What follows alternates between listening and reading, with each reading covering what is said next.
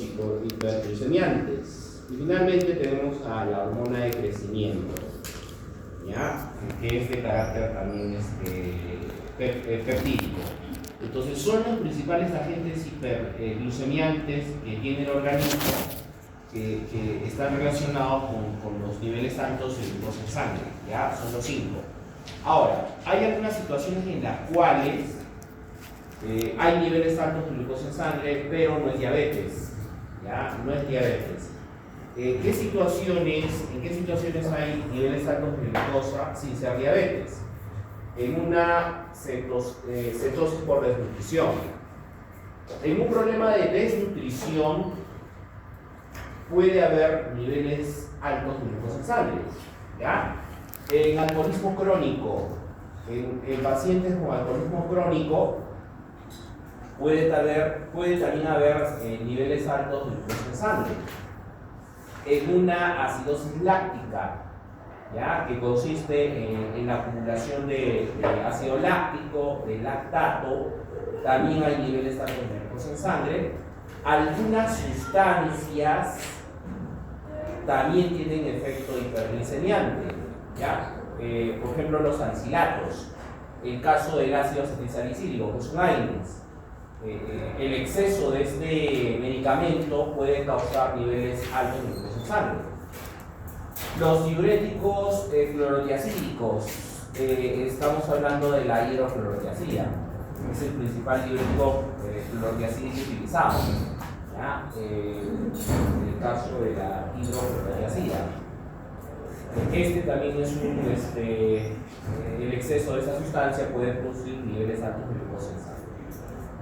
Luego tenemos otras sustancias, como el caso de algunos alcoholes, como el metanol, el etilenglicol, ¿ya? Esos dos son alcoholes, que también el exceso de estas sustancias puede generar niveles altos de glucosa en sangre. Paraldehído, que es un compuesto aldehídico, también puede generar su exceso de estas sustancias puede producir niveles altos de glucosa, ¿ya? Entonces, medicamentos, salicilatos, diuréticos clorotiazídicos, alcoholes, metanol, etilenglicol y compuestos aldehídicos como el paraldehído. Esas sustancias son las que producen niveles altos de glucosa en sangre. ¿Ya? Daño renal, cuando hay un daño renal, una insuficiencia renal crónica, también puede haber niveles altos de glucosa en sangre. Y en algunos trastornos hormonales. Trastornos hormonales, como el caso, por ejemplo, de la acromegalia, hipertiroidismo y la enfermedad de Cushing. ¿Ya? La enfermedad de Cushing puede ser producido por exceso de corticoide. ¿Ya? Una dosis alta de cualquier corticoide puede producir este trastorno, ¿ya? La enfermedad de Cushing, que se caracteriza por una cara en forma de semiluna, puede haber estrías, ¿ya? Hay enrojecimiento facial y eso puede ser indicativo de una enfermedad de Cushing y puede ser producido por exceso de corticoides, ¿ya? En todas estas situaciones hay niveles altos de glucosa y no indica que es diabetes, ¿ah? Eso no te va a indicar que es diabetes. ¿Ya? En el Perú, el 5.1% de la población fue diagnosticada con diabetes mellitus. ¿Ya? Eso en el año del 2022, para el 2022. En cuanto a la población, son las mujeres las que tienen mayor tendencia a padecer esta enfermedad. ¿Ya? Para este año del 2022, el 5.5% de mujeres fueron diagnosticadas con diabetes y 4.7% de varones fueron diagnosticados con diabetes. ¿Ya? La prevalencia es que son las mujeres las que tienen más tendencia a hacer diabetes.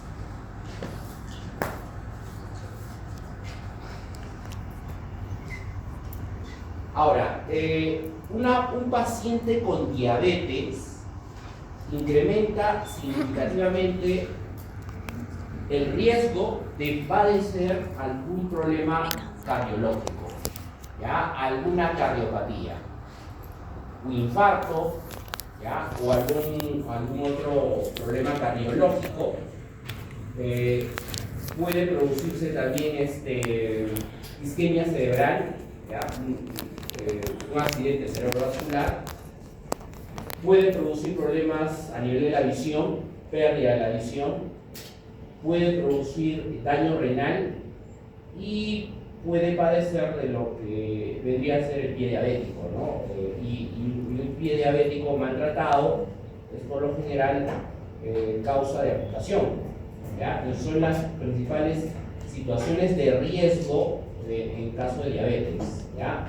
Problemas de cardiopatías, problemas a nivel cerebral, problemas a nivel ocular, problemas a nivel renal y problemas a nivel de las extremidades inferiores en el pie, en el caso del pie diabético, por ejemplo, ¿no? Básicamente ahí lo que ocurre es que una pequeña herida que sufre la persona, esa herida va a ser difícil de cicatrizar y ahí se va a ir necrosando y se puede infectar, y eso es causa de amputación, ¿no? El problema del pie diabético, ¿ya? Las causas de muertes en pacientes diabéticos, ¿cuáles son las más frecuentes? Las cardiopatías, los problemas cardiovasculares, son la principal causa de fallecimientos en pacientes diabéticos. Enfermedades, bueno, de manera general, cualquier problema cardiovascular es causante de muerte en paciente diabético. La diabetes en sí, ahorita vamos a ver cuáles son las complicaciones de la diabetes. Una diabetes mal tratada puede tener complicaciones metabólicas y por lo tanto puede ser causante de muerte, ¿ya? Neoplasias y accidentes cerebrovasculares. Esas son las principales causas de muerte en pacientes diabéticos, ¿ya? Entonces, un paciente diabético incrementa de 2 a 4 veces la mortalidad cardiovascular, ¿ya? Puede producir un paro cardíaco, infartos, daño renal, primera causa de insuficiencia renal, primera causa de ceguera y primera causa de amputación no traumática, ¿no? Por el problema del pie diabético, ¿ya? Estas son algunas complicaciones graves de la diabetes. Ahora, ¿cómo definimos qué cosa es la diabetes, ¿no? La diabetes es una enfermedad crónica, es una afección crónica, ¿ya? Que se desencadena cuando el organismo pierde la capacidad de producir suficiente insulina o de utilizarla de manera eficiente, ¿ya? Y eso es lo que vendría a ser la definición de lo que es la diabetes. Ahora, ¿cuántos tipos de diabetes existen? Hay 3 tipos de diabetes, ¿ya? La diabetes tipo 1, la diabetes tipo 2 y la diabetes gestacional. ¿Qué cosa viene a ser la diabetes tipo 1? En cuanto a su prevalencia, la diabetes tipo 1 es menos prevalente, ¿ya? La diabetes tipo 1 es menos prevalente. La que es más prevalente es la diabetes tipo 2. Cuando hablamos de la diabetes tipo 1, esta diabetes tipo 1 se caracteriza porque el cuerpo, específicamente el páncreas, no produce insulina, ¿ya? No va a producir insulina. Por lo tanto, este tipo de diabetes se le denomina, es una diabetes insulinodependiente. En cambio, la diabetes tipo 2, el cuerpo puede producir una cierta cantidad de insulina, pero no es la suficiente para el organismo, ¿ya? Esa es la diabetes tipo 2. Produce insulina, pero no en la cantidad necesaria que el organismo va a requerir. Esa es la diabetes tipo 2. ¿Ya? Ahora, ¿qué factores de riesgo hay para la diabetes tipo 1? Antecedentes familiares. Si has tenido un papá o abuelos con problemas diabéticos, probablemente su descendencia también padezca de esta enfermedad, ¿ya? Se puede desarrollar en cualquier edad, ¿ya? En cualquier edad se puede desarrollar la diabetes tipo 1. No se conoce una forma exacta para prevenir este tipo de diabetes. Por lo general se asocia a problemas genéticos. Eso está relacionado con problemas genéticos. Pero normalmente el organismo produce insulina. Pero de la noche, ¿qué ocurre si ese organismo deja de producir insulina? Es un problema genético, ¿ya? Es una falla genética. El tratamiento de la diabetes tipo 1, por lo tanto, como es la diabetes en la cual el organismo no te va a producir insulina, el tratamiento básicamente va a ser administrar insulina por vía subcutánea, ¿ya? Administración diaria de la insulina. Y lo otro es dieta y actividad física, ¿no? La dieta y la actividad física es importante en la diabetes tipo 1, ¿ya? Ese tipo de diabetes es menos prevalente. 10% de prevalencia tiene la diabetes tipo 1. La diabetes tipo 2, un factor de riesgo para esa diabetes tipo 2 es la obesidad. O sea, un índice de masa corporal elevado, un IMS elevado, puede ser causante de una diabetes tipo 2, ¿ya? La vida inactiva, o sea, el sedentarismo, eso también puede ser causante de diabetes tipo 2. La mayoría de los casos puede ser prevenido, ¿ya? Ahora, en cuanto al tratamiento, el principal tratamiento para la diabetes tipo 2 es la alimentación, la dieta y la actividad física, ¿ya? Ese es el principal tratamiento para la diabetes tipo 2. Ahora, de manera paralela se puede realizar un tratamiento farmacológico. Y el tratamiento farmacológico que se utiliza en la diabetes tipo 2 es el uso de los hipoglicemiantes orales. Se utiliza hipoglicemiantes orales. El primer hipoglicemiante oral que se debe utilizar es la metformina. ¿Ya? Se debe usar primero la metformina. Ahora, en algunos casos va a requerir el uso de insulina. En algunos casos, no en todos, ¿no? En algunos casos es suficiente con la dieta y la actividad física, con eso controlas la diabetes tipo 2. En algunos casos va a ser necesario utilizar hipoglicemiantes orales. Y en algunas otras situaciones, que ya son situaciones muy especiales, va a requerir utilizar adicionalmente la insulina.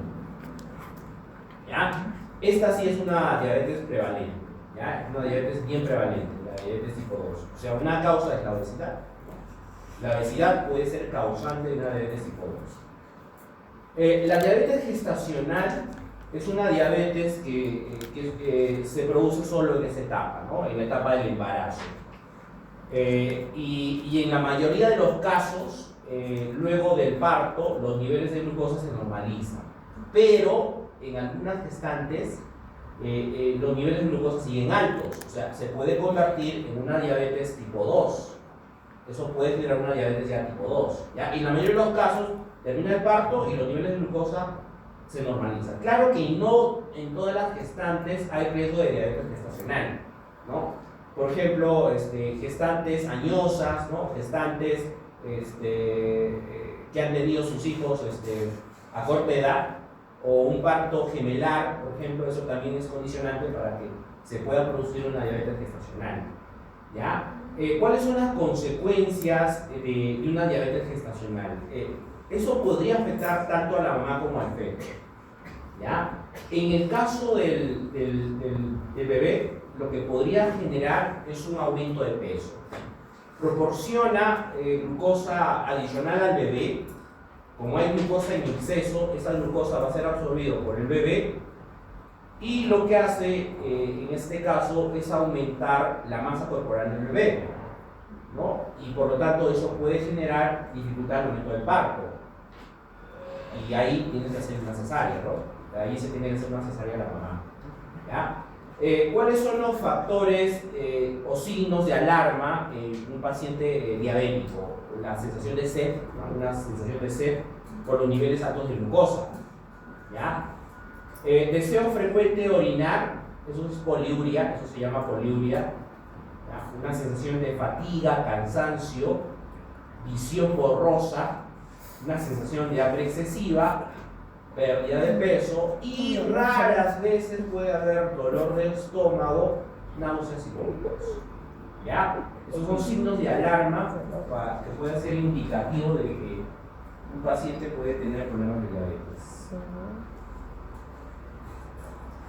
¿Ya? Entonces, en lo que respecta a la diabetes gestacional, es una complicación del embarazo caracterizada por intolerancia a los carbohidratos, hay hiperglicemia, hay una resistencia periférica a la insulina o una inflamación crónica, ¿ya? 1 de cada 7 nacimientos en el mundo se ve afectado por este tipo de diabetes. Entonces, la diabetes puede tener consecuencias tanto para la mamá como para el bebé, ¿ya? Las consecuencias pueden ser a corto plazo o a largo plazo. En el caso a corto plazo, en el caso de la mamá, ¿ya? La diabetes gestacional podría causar un problema de eclampsia y también un problema de preeclampsia, o sea, una hipertensión arterial, ¿no? La eclampsia ya es más severo, ¿no? La eclampsia ya se caracteriza por convulsiones, o sea, hay presión alta y también hay convulsiones, esa es la eclampsia. Parto pretérmino puede producir también infecciones cérvico-vaginales o infecciones urinarias. Esas son complicaciones para el caso de la mamá. ¿Ya? En el caso del bebé, a corto plazo, macrosomía, ¿no? Que es lo que hemos mencionado. Esa glucosa en exceso, el bebé lo absorbe, eso genera un aumento de peso en el bebé y eso va a generar dificultades al momento del parto. Hipoglicemia. ¿Ya? Puede haber hipoglicemia en el caso del bebé. Hipoglicemia. Y nacimiento por cesárea. ¿Ya? A largo plazo, en ambos casos, ¿qué puede generar? Problemas cardiovasculares. Algún tipo de problema cardiovascular y desarrollar la diabetes tipo 2. En ambos casos. Eso es a largo plazo. ¿Ya? Factores de riesgo para diabetes gestacional: la obesidad, sobrepeso, ¿ya? La edad materna, ¿no? Una gestante que tenga más de 35 años ya es un factor de riesgo para que desencadene una diabetes gestacional, ¿ya? Antecedentes familiares, antecedentes personales de diabetes, macrosomía o ovario poliquístico. Esos son también factores de riesgo para que la mamá pueda desarrollar diabetes gestacional. ¿Cómo se hace el diagnóstico de la diabetes? ¿Ya? Para hacer el diagnóstico de la diabetes hay 3 formas. ¿Ya? La determinación de glucosa en plasma en ayuno.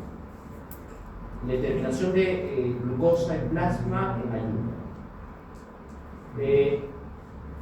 Tolerancia oral a la glucosa, esa es otra forma. Y el gold estándar es la determinación de la hemoglobina glucosilada. ¿Ya? Hemoglobina glucosilada. Ahora, en el caso del primer caso, glucosa en plasma en ayuno, se saca muestra sanguínea, muestra venosa, hay que sacar la muestra, tiene que ser en ayunas. En cuanto a esta prueba de glucosa en ayunas, ¿ya? Hay que considerar algo bien importante.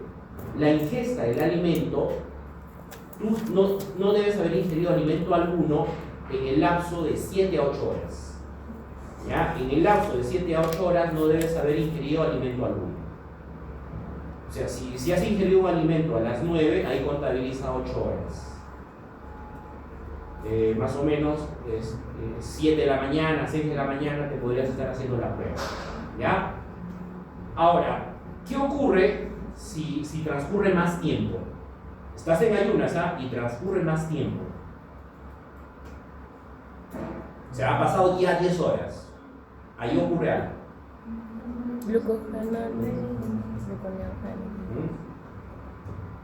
Es ayunas, ¿ah? Una persona que está en ayunas ha transcurrido ya más de 8 horas. ¿Y qué va a ocurrir con el organismo? ¿Ah? Total la delegada. Ponle tu compañera 2 participaciones. Pero yo estoy que no sé. ¿Quién es? Tienen que hablar fuerte. Ya, ¿quién es? Se da la gluconeogénesis. Todo lo pensamos. ¿Y qué cosa es la gluconeogénesis? Como la persona está en ayunas, entonces, ¿cómo consigue el organismo energía? Tiene que producir su propia glucosa. Se lleva a cabo la gluconeogénesis, sintetiza su glucosa y de esa forma produce ATP. ¿Ya? Entonces, no debe pasar de las 8 horas. Si es en ayunos, o sea, la ingesta de alimento no debe pasar de esas 8 horas. ¿Ya? Si pasa más de las 8 horas, ya se da la gluconeogénesis y por lo tanto los niveles de glucosa van a estar elevados. O sea, no va a ser un dato real el que te va a arrojar esa prueba de laboratorio. ¿Ya? Tiene que ser en el lapso de ese tiempo, ¿no? Entre 7 a 8 horas de la ingesta antes de la ingesta de cualquier alimento. Ahora, esta prueba de glucosa en plasma en ayunas es una prueba espectrofotométrica. Se hace con espectrofotometría o fotocolorimetría. ¿Ya? Por lo tanto, se hace uso de reactivos. Se extrae la sangre venosa. Una vez que se ha extraído la sangre venosa, ¿qué cosa es el plasma? componente de la sangre Es un componente de la sangre. que contiene iones, proteínas y agua. electrolitos, Y agua. agua, ¿no? ¿Y cómo obtienes el plasma? Con centrifugación. En este caso, esa muestra de sangre que tú has obtenido la tienes que centrifugar. O sea, vas a utilizar una centrífuga y la centrifuga, ¿no? Y lo que vas a utilizar en este caso es el plasma o suero, ¿no? Eso lo adicionas en las cubetas de espectrofotometría, le adicionas el reactivo y lo llevas al espectrofotómetro. ¿Ya? ¿Y cuáles son los valores normales de glucosa en ayunos? Es para el caso de un adulto. Estos son datos para el caso de un adulto. ¿Ya? Los niveles normales tienen que estar por debajo de los 100 miligramos por decilitro. Por debajo de 100 miligramos por decilitro. Si está entre 100 a 126 miligramos por decilitro, es una prediabetes. ¿Ya? Es una prediabetes. Si está por encima de los 126 miligramos por decilitro, eso ya es un indicativo y una probable diabetes. ¿Ya? Si te salen esos niveles por encima de los 126, tienes que hacerle varias pruebas, ¿no? Tienes que hacerle tolerancia oral a la glucosa y hacerle sí o sí la hemoglobina glucosilada. Sí o sí tienes que hacerle la hemoglobina glucosilada. Y con eso ya confirmas que tiene diabetes.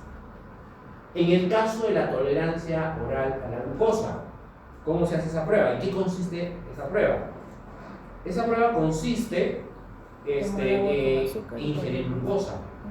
O sea, tú vas a ir al laboratorio, en el laboratorio te van a preparar la mezcla de simplemente agua con glucosa, agua carbohidratada, glucosa anhidra, y eso te lo dan de tomar, tú lo tienes que ingerir. ¿Ya? Tú lo vas a ingerir. Y luego te sacan la muestra de sangre y también lo llevan al espectrofotómetro. En el caso de la tolerancia oral a la glucosa, como ven ahí, los niveles son un poco más altos, ¿no? Van a ser mucho más altos porque vas a ingerir glucosa, ¿ya? Normal es si está por debajo de los 140 miligramos por decilitro. Si está entre 140 a 200 miligramos por decilitro, es una prediabetes. Si está por encima de los 200 miligramos por decilitro, diabetes. ¿Ya? Pues en este caso, lo que explica los niveles altos es la ingesta del carbohidrato que te están dando de tomar, ¿no? Vas a ingerirlo por vía oral, ¿no? Y eso explica por qué los niveles son elevados, ¿ya? Eso es la tolerancia oral a la glucosa. Luego te sacan la muestra venosa y lo van a llevar al espectrofotómetro. También se trabaja con el suero plasma. La hemoglobina glucosilada. ¿Qué cosa es la hemoglobina glucosilada? ¿Ya? Cuando hablamos de la hemoglobina glucosilada, es la unión de la hemoglobina con la glucosa. Eso a nivel de los eritrocitos. Ya dentro de los glóbulos rojos, la hemoglobina puede unirse a la glucosa. La unión de la hemoglobina con la glucosa, a eso se le denomina hemoglobina glucosilada. ¿Ya? Ahora, esta hemoglobina glucosilada no debe de estar en altas concentraciones, tiene que estar en concentraciones bajas.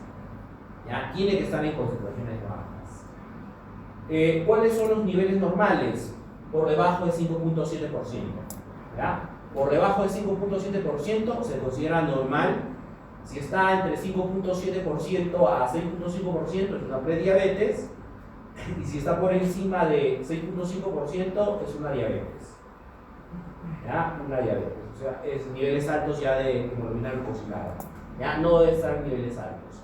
Ahora, en el caso de la hemoglobina glucosilada, es un examen que muestra el nivel promedio del azúcar en la sangre en los últimos 3 meses.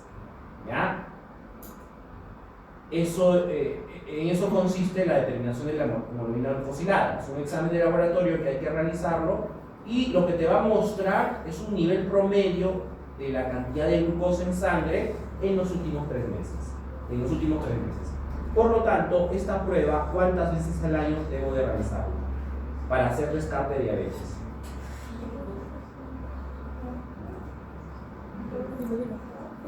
¿Ah? No.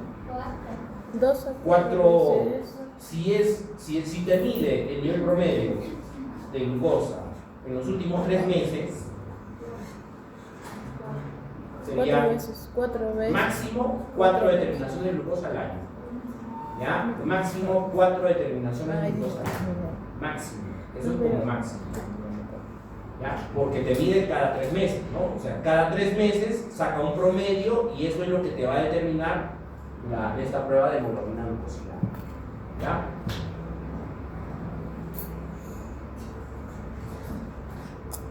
Ahora, la determinación de glucosa entonces se puede hacer de varias formas.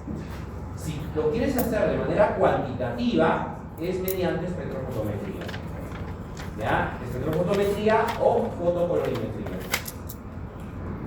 Hay algunos espectrofotómetros que ya son automáticos, ¿no? Tú simplemente colocas la muestra y ya te da la concentración. Ya no necesitas estar realizando ningún cálculo. Pero en el caso de estos, son semiautomáticos. Ahí sí tienes que hacer uso de la calculadora, ¿no? O sea, utilizar la fórmula del factor de calibración. Para eso necesitas el dato de las absorbancias. Absorbancia del estándar, absorbancia del problema y la concentración del estándar que es utilizado. Y con eso calculas cuánto es la concentración en la muestra de glucosa en sangre, ¿no? Mediante espectrofotometría. ¿Ya? Se utiliza el suero, hay que centrifugar la muestra, luego con el suero pues, se hace la prueba espectrofotométrica, o también podría ser utilizando fotocolorimetría. ¿Ya? Ahora, hay un equipo que te puede medir, pero no de manera cuantitativa, de manera aproximada. ¿Ya? Podríamos decirlo entre comillas cualitativamente. Es el caso de los glucómetros. ¿Ya? Los glucómetros. En este caso, si es un paciente ya diagnosticado con diabetes, ese paciente tiene que tener un glucómetro, ¿no? Tiene que tener un glucómetro. De esa forma, yo voy a saber cuánto es más o menos su nivel de glucosa en sangre. Entonces, si veo que los niveles están elevados, ya es un factor de riesgo, ahí tiene que utilizar la insulina, ¿no? Simplemente esos equipos me van a ayudar para hacer el monitoreo, para hacer una monitorización, ¿no? En un paciente diabético. ¿Ya? Pero para hacer el diagnóstico no me sirve, ¿no? Para diagnosticar no me sirve el glucómetro, ¿ya? Me va a dar una idea así cómo están los niveles de glucosa, pero para el diagnóstico no. Para el diagnóstico tiene que ser de manera cuantitativa, mediante espectrofotometría o fotocolorimetría.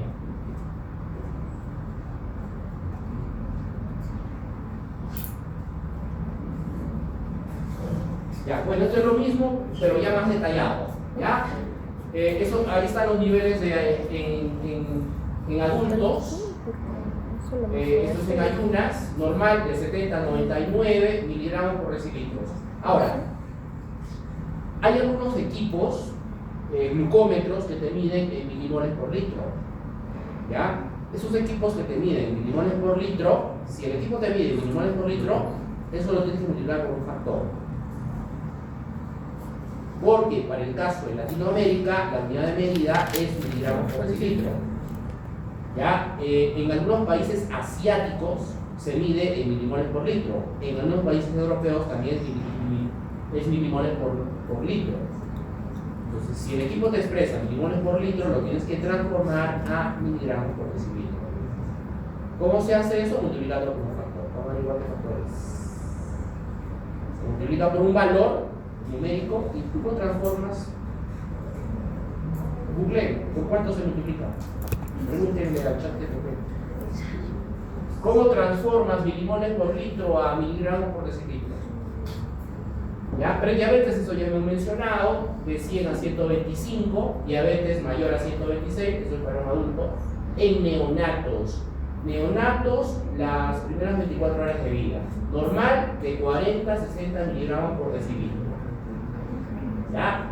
Neonatos, después de las primeras 24 horas de vida, normal de 50 a 100 miligramos por decilitro. En adultos, 2 horas después de haber ingerido comidas. Puede ser que hayas ingerido un alimento. ¿Se puede hacer la prueba? Sí, lo puedes hacer. ¿Ya? Si se ha ingerido alimento, ¿por cuánto? Por 18. 18, te vamos a ir por 18. Por 18. ¿Ya? Normal es menos de 140, prediabetes es de 140 a 129 y mayor a 200 ya es un problema de diabetes. ¿Ya? el caso de la hemoglobina glucosilada, tiene que estar por debajo de 5.6. Eso es lo normal. Si está entre 5.7 a 6.4, prediabetes. Y si está por encima de 6.5, ya es un problema de diabetes.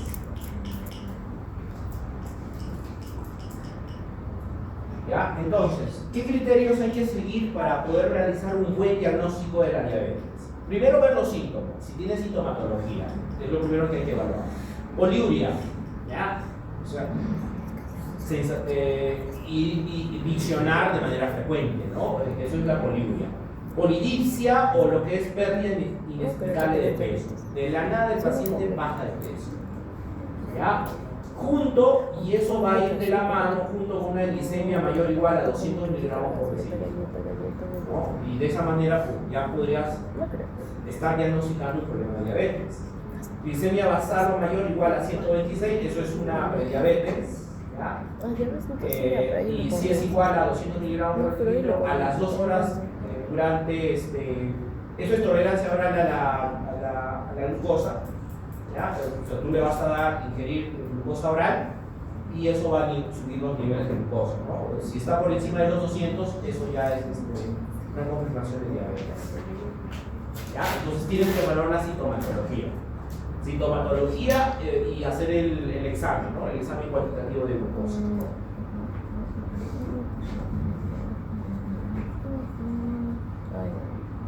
Ya. ¿Cómo se produce la regulación de glucosa en sangre? ¿Ya? ¿Cómo se regula la glucosa en sangre? Hay dos hormonas importantes responsables de la regulación de glucosa en sangre: la insulina y el glucagón. ¿Cómo se secretan estas dos hormonas?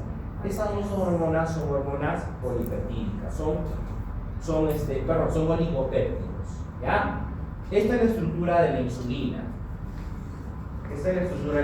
La insulina está formada por dos cadenas, son dos cadenas oligopépticas, son oligopéptidos.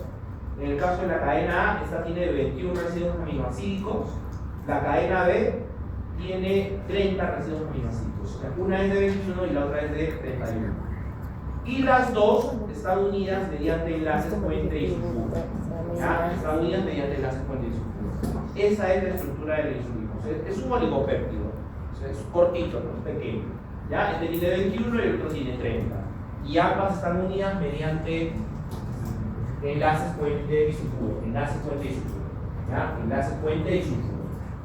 Esa es la estructura de la insulina. Ahora, ¿cómo es que estas hormonas se van a secretar? Eso va a depender de los niveles de glucosa en sangre. ¿Ya? De los niveles de glucosa en sangre. A nivel intestinal, hay una hormona que se va a secretar. Esta hormona que se va a secretar se denomina incretina. ¿Ya? La incretina. Ahora, esta incretina secretada a nivel de los intestinos, ¿qué es lo que hace? ¿Ya? Va a producir una estimulación. Eso va a depender de cómo están los niveles de glucosa en sangre. ¿Ya? Si yo tengo que los niveles de glucosa en sangre están elevados, ¿ya? Si yo tengo una alta concentración de glucosa en sangre, esta incretina que es secretada a nivel intestinal, lo que va a hacer es estimular las células beta del páncreas. Y cuando se estimulan estas células beta del páncreas, lo que se va a producir es secreción de insulina. Se secreta la insulina. ¿Ya? ¿Qué es lo que hace la insulina? La insulina a nivel hepático estimula una vía metabólica. La vía metabólica que estimula la insulina es la conversión de glucógeno a glucosa. ¿Cómo se llama esa vía metabólica? Glucogenólisis. ¿Qué? Glucogenólisis. Gluconeogénesis, glucogénesis. Ponte una participación. Okay. La glucogénesis. La glucogénesis, ¿no? O sea, es la formación de glucógeno a partir de la glucosa. Síntesis de glucógeno a partir de la glucosa. ¿Ya? Esa es la glucogénesis. Entonces, ¿qué está ocurriendo a nivel hepático? Estás transformando la glucosa a glucógeno, estás usando la glucosa y por lo tanto los niveles de glucosa en sangre descienden, disminuyen. En la vía metabólica que se está estimulando es la glucogénesis. Ahora, ¿qué ocurre si los niveles de glucosa en sangre están bajos? ¿Ya? Si los niveles de glucosa en sangre están bajos, ¿qué hace la incretina? La incretina ya no va a estimular las células beta, sino las células alfa. ¿Ya? Y cuando esas células alfa se estimulan, se secreta el glucagón. Se va a secretar el glucagón. ¿Y qué hace el glucagón a nivel hepático? El glucagón a nivel hepático hace lo opuesto a la insulina. Degrada glucógeno para producir glucosa. ¿Eso cómo se llama? Eso es la glucogenólisis. La glucogenólisis. O sea, rompes glucógeno, vas a romper glucógeno para producir glucosa. Eso es la glucogenólisis. Y por lo tanto, los niveles de glucosa en sangre aumentan. ¿Ya? Aumentan. O sea, de esa forma, esas dos hormonas regulan los niveles de glucosa en sangre. ¿Ya? La insulina y el glucagón. Pero previamente tiene que haber liberación de incretinas. Tiene que haber sí o sí liberación de incretinas. ¿Ya? El estímulo es la glucosa. Para que se secreten las incretinas es la glucosa. Ahora, si es una hiperglicemia, en este caso la incretina estimula células beta. Pero si es una hipoglicemia, la incretina estimula células alfa. ¿Ya? Insulina y glucagón. ¿Ya? Insulina lo que promueve es la glucogénesis y el glucagón lo que promueve es la glucogenólisis.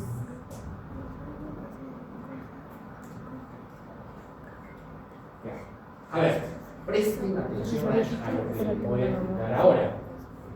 ¿Qué ocurre cuando tú ingieres un alimento carbohidratado? ¿Ya? Cuando tú ingieres un alimento carbohidratado, ¿ya? Ese carbohidrato va a ingresar a tu organismo, se va a digerir. Ese carbohidrato lo tienes bajo la forma de almidón, polisacárido. Bajo esa forma lo vas a tener. ¿Dónde empieza el proceso digestivo de los carbohidratos? En la boca. Empieza en la boca, con la secreción de la tialina. ¿De qué enzima? De la tialina, de la amilasa saliva. O Tialina. llamada Tialina. alfa-amilasa. Se secreta alfa-amilasa. Ahí empieza la digestión de los carbohidratos, ¿no? Luego pasa al sistema digestivo.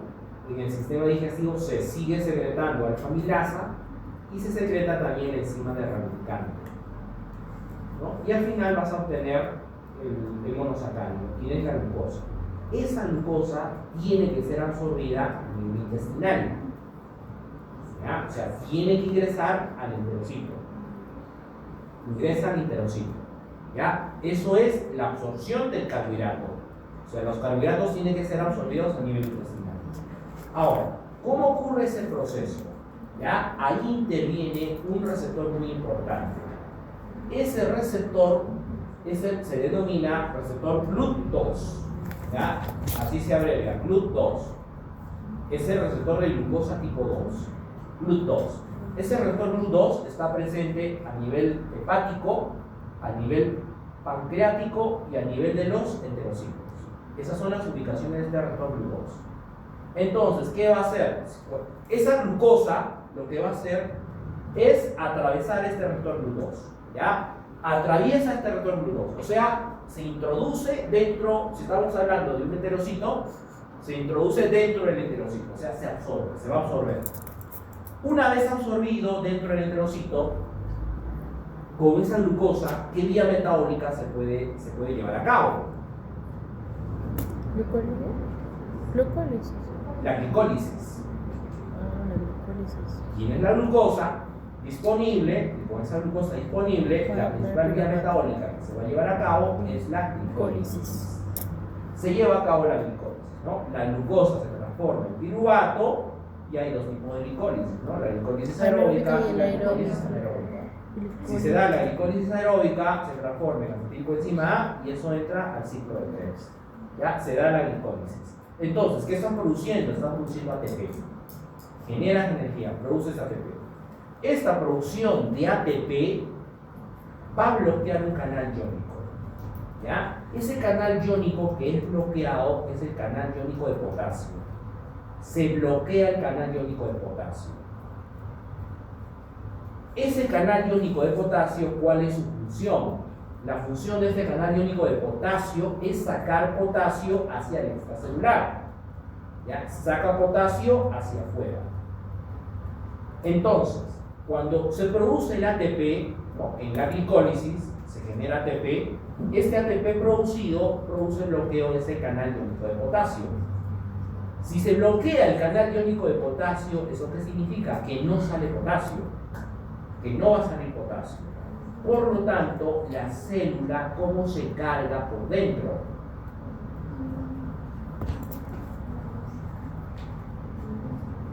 ¿El potasio qué carga tiene? Positiva. El potasio tiene carga positiva. Si el potasio tiene carga positiva y no sale hacia afuera, se queda hacia adentro, quiere decir que la célula por dentro se va a cargar positivamente y hacia afuera se carga negativamente. Eso no es lo normal, ¿no? Porque lo normal es al revés. La célula en un estado normal está cargada negativamente hacia adentro y positivamente hacia afuera. Ese es el estado normal de toda célula. ¿Ya? Pero ¿qué ocurre cuando se invierten las cargas? Cuando se invierten las cargas, a eso se le denomina despolarización celular. La célula se despolariza. ¿Ya? Y en este caso, lo que está ocurriendo es una despolarización celular, porque ahí se están invirtiendo las cargas. O sea, se carga positivamente hacia adentro y negativo hacia afuera. Eso es una despolarización celular. La membrana celular se despolariza. ¿Cuál es la consecuencia de la despolarización celular? Si hay una despolarización de la membrana del enterocito, eso va a generar la activación de un canal iónico, de un segundo canal iónico. Ese segundo canal iónico que se activa es el canal iónico de calcio. Se activa el canal iónico de calcio. ¿Y qué va a ocurrir? Ingresa calcio hacia adentro de la célula. ¿Ya? Hay un flujo de calcio hacia adentro. ¿Eso qué significa? ¿Cómo está la concentración de calcio a nivel intracelular ahora? ¿Aumentada o disminuida? Alto. La concentración de calcio a nivel intracelular está aumentada. ¿Ya? Hay un aumento de la concentración de calcio a nivel intracelular. Ese aumento de la concentración de calcio a nivel intracelular es lo que va a ocasionar a nivel de la insulina. La insulina normalmente en el organismo está almacenada bajo la forma de vesículas, ¿no? Está almacenada en una vesícula intracelular. Ahí está almacenada la insulina. ¿Ya? Entonces, si hay exceso de calcio, lo que va a generar es que esta vesícula que contiene la insulina se adhiera a la membrana celular. Y una vez adherida, la insulina es liberada hacia el extracelular. O sea, se va a dirigir a la circulación general, ¿no? A la sangre. Ese proceso, ¿cómo se llama? Eso es una exocitosis. O sea, la insulina se libera por un proceso de exocitosis, ¿no? Es liberada por un proceso de exocitosis. Pero para que ocurra eso, tiene que haber calcio. Si no hay calcio, eso no va a ocurrir. ¿Ya? ¿Y cómo ingresa el calcio hacia adentro? Para eso tiene que haber una despolarización celular. ¿Y cómo ocurre la despolarización celular? Bloqueando el canal iónico de potasio. ¿Y cómo se bloquea el canal iónico de potasio? Cuando hay ATP, o sea, cuando hay glicólisis. ¿Y cuándo hay glicólisis? Cuando tienes glucosa. ¿Y cómo entra la glucosa? A través del GLUT2. ¿Ya? GLUT2. Ingieres ese alimento carbohidratado, tienes la glucosa, y esa glucosa atraviesa el GLUT2. Atraviesa el GLUT2, bloquea el canal iónico de potasio, invierte las cargas a nivel de la membrana, se despolariza la membrana, eso activa el canal iónico de calcio, ingresa calcio hacia adentro y ahora la insulina sale, la insulina es liberada. ¿Ya? Estamos hablando del páncreas, es el páncreas. páncreas. Estamos hablando del páncreas. Ese es el páncreas. ¿Ya?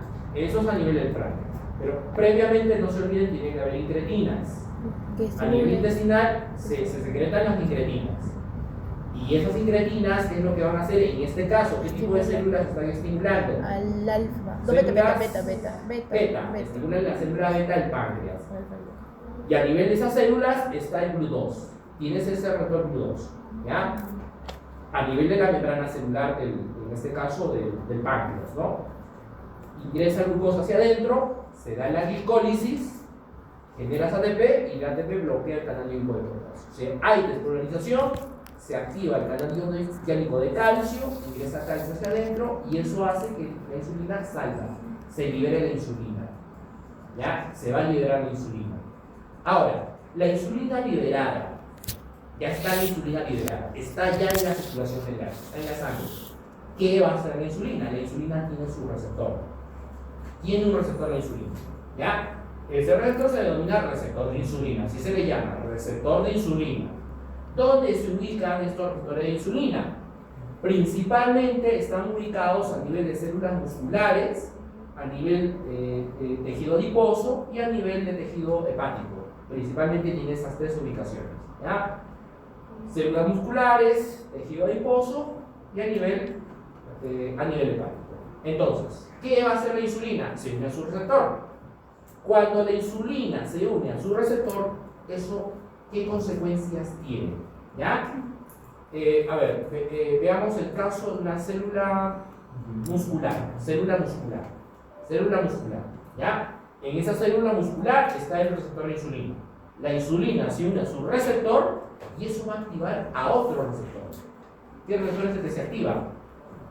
Es el GLUT4. Se activa el GLUT4. ¿Ya? Cuando se activa el GLUT4, ¿cuál va a ser la consecuencia?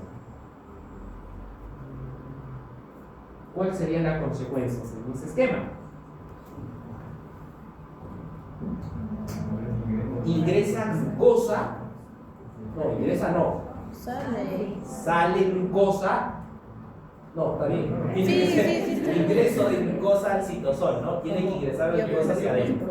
¿Ya? Eso va a producir el ingreso de glucosa hacia adentro. Ingresa la glucosa hacia adentro de la célula. Entonces ya tienes la glucosa en el citoplasma. Y con esta glucosa en el citoplasma, ¿qué vía metabólica se puede llevar a cabo? Puede darse glicólisis o podría darse la... ¿Qué vía era? Glucogénesis. Porque la idea es que los niveles de glucosa desciendan. Entonces, si tú quieres que los niveles de glucosa desciendan, se puede dar ahí glicólisis o podría darse la glucogénesis. Se da la glucogénesis. ¿Ya? Entonces, si se da la glucogénesis, está formando glucógeno. Forma glucógeno. Entonces, eso hace que los niveles de glucosa desciendan. Glicólisis o glucogénesis. Glucogenólisis no, porque glucogenólisis es ruptura de glucógeno para producir glucosa. Y ahí la glucosa va a aumentar. Ahí la idea es que se produzca lo contrario, o sea, que la glucosa disminuya. ¿Y cómo vas a disminuir la glucosa? Consumiendo la glucosa. Que hay dos formas de consumir la glucosa: una glicólisis o una glucogénesis. Glicólisis o glucogénesis. ¿Ya? Entonces, de esa forma, ahí estás regulando la glucosa en sangre. Esto es más específico. Esto de aquí es más específico de lo anterior, ¿no? Estamos hablando, primero es acá, ¿no? Estamos hablando del páncreas. Este es el páncreas. ¿Cómo se secreta la insulina del páncreas? Primero la incretina a nivel intestinal, luego la incretina, como tienes un exceso de glucosa, ¿qué va a hacer la incretina? Estimula células, ¿qué células es? Beta. El beta es insulina y el alfa es células beta. Las células beta del páncreas. Y a nivel de las células beta del páncreas tenemos este GLUT2. Este GLUT2. Ingresa glucosa. ¿Cuántos tipos de transporte hay a través de la membrana? Dos. Activo y pasivo.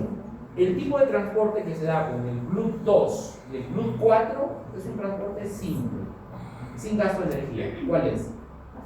Pasivo. ¿Ya? Es un transporte pasivo. Ingresa la glucosa dentro de la célula, se da la glicólisis, luego bloqueas el canal iónico de potasio, despolarizas la membrana celular, eso genera activación del canal iónico de calcio, el calcio ingresa al interior y eso genera salida de insulina. ¿Saben? Ahora, ¿qué va a hacer la insulina? Como ya tiene la insulina liberada, se va al torrente sanguíneo y a nivel del torrente sanguíneo se une a su receptor de insulina. ¿Ya? Se ubica a nivel de células musculares, tejido adiposo y tejido hepático. Entonces, la insulina se une a su receptor y cuando la insulina se une a su receptor, eso activa a otro receptor, que es el receptor GLUT4. ¿Qué va a hacer este receptor GLUT4? Introduce glucosa, mete glucosa hacia adentro. Y cuando la glucosa está en el interior, ahí puede producirse una de esas dos vías de glicólisis o glucogénesis. ¿Ya? Ahora, hay un cotransportador de glucosa y sodio. Hay un cotransporte que se da entre la glucosa y sodio. ¿Ya? Simplemente se denomina cotransportador de glucosa y sodio. Así lo vamos a denominar. ¿Ya? Ese cotransportador de glucosa y sodio está ubicado a nivel del intestino y a nivel renal. Intestino y riñón. Ese cotransportador se activa cuando tú tengas un exceso de glucosa y un exceso de sodio. ¿Ya? Cuando haya un exceso de glucosa y un exceso de sodio, ese cotransportador se va a activar.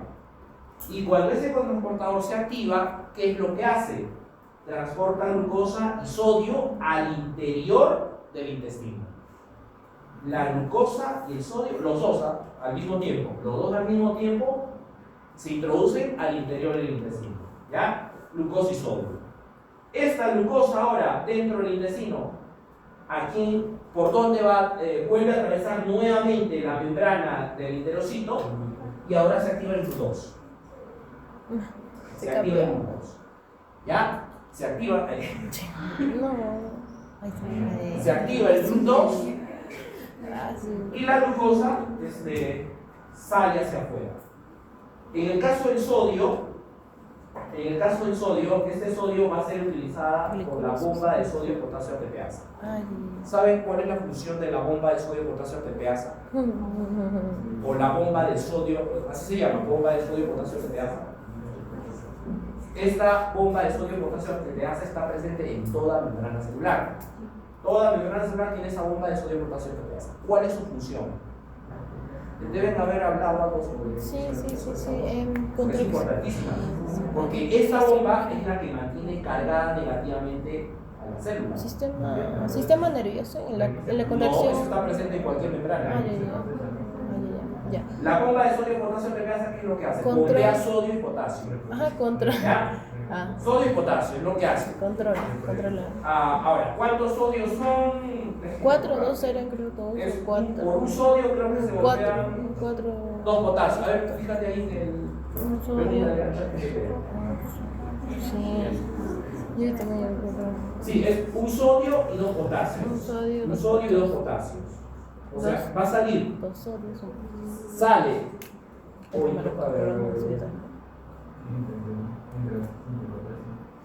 Sí, debe entrar potasio. Debe entrar potasio y debe salir sodio. No, tiene que ser al revés, para que se cargue negativamente. A ver, ¿cuántos sodios y potasios son? A ver, ¿cuánto bombean?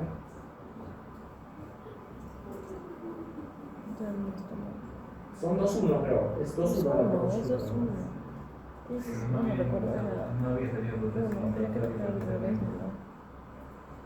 Tiene que salir sodio. Ajá, no, Otra tiene que salir sodio y entrar potasio porque está inverso.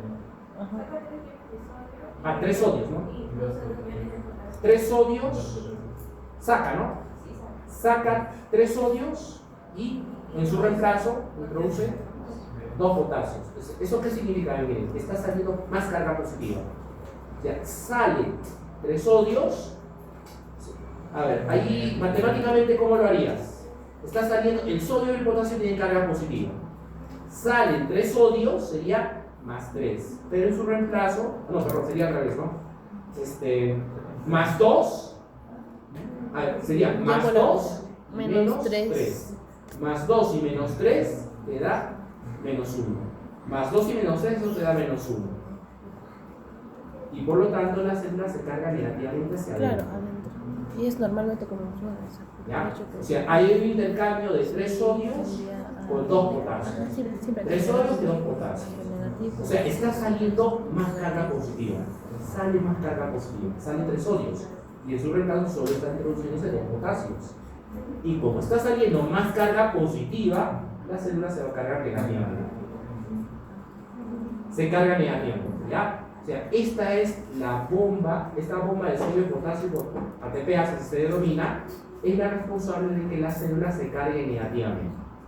¿Ya? Negativo hacia adentro y positivo hacia afuera. ¿Ya?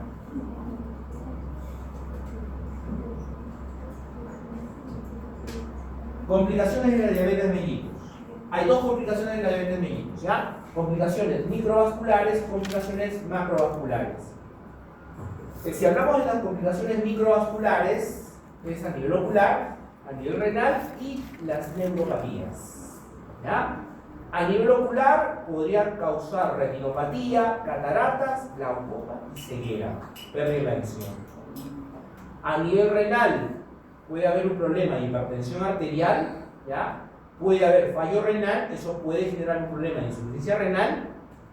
Y si hablamos de neuropatías, eso podría generar, por ejemplo, algunas heridas en los pies, y esas heridas en los pies no cicatrizan con facilidad, no van a cicatrizar fácilmente, ¿no? Y eso genera infecciones, la herida se necrosa y por lo tanto es causa de amputación.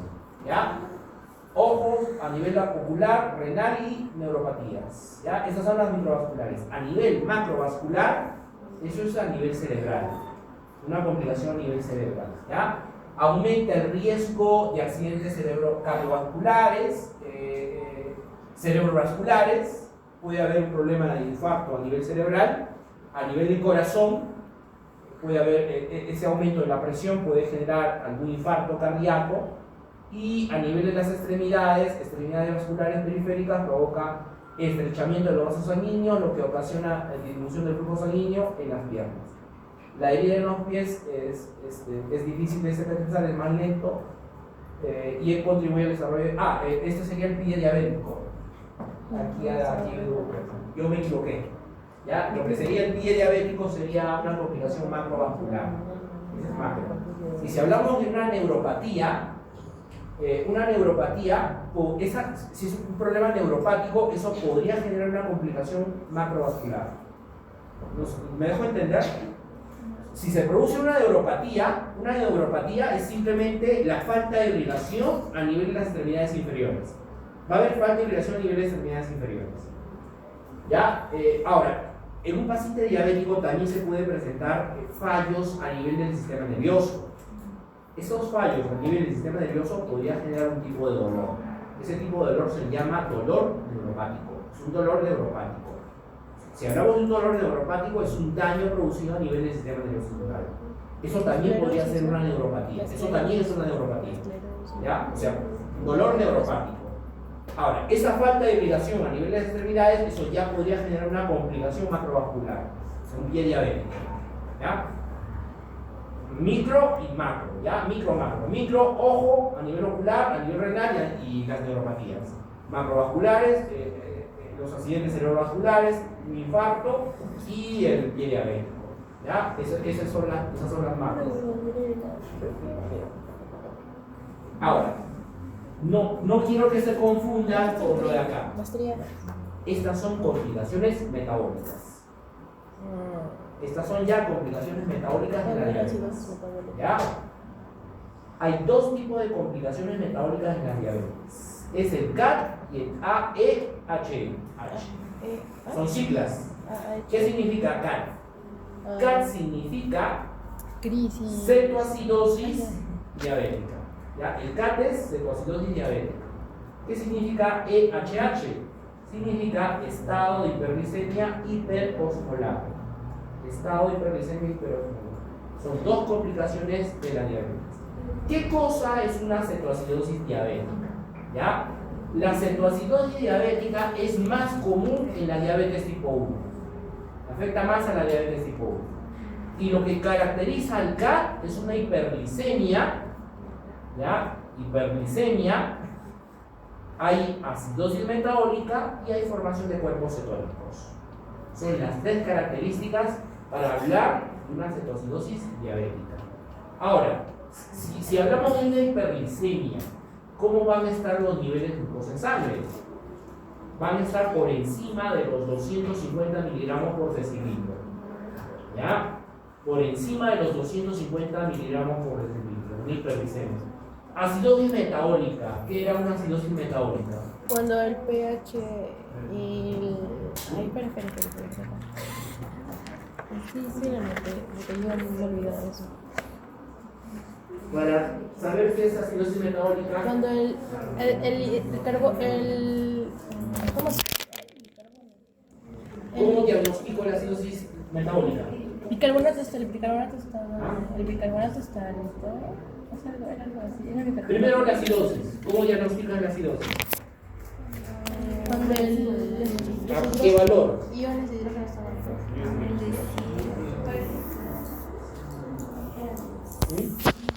mayor registro 7,35.